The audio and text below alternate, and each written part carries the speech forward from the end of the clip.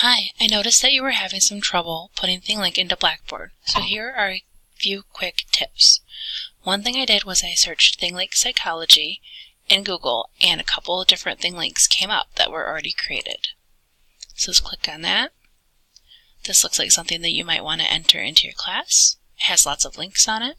So in any ThingLink, there's going to be the share button. You're going to want to click on that.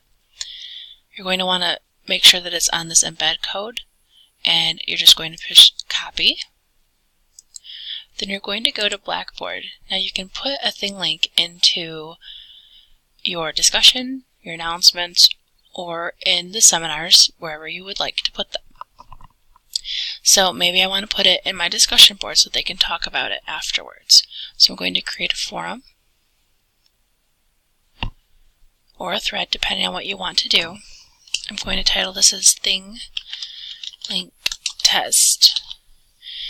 And then I'm going to go over here to HTML. And this is where I'm going to copy that embed code that I copied from ThingLink. And once it's in there, I'm going to go down and press Update.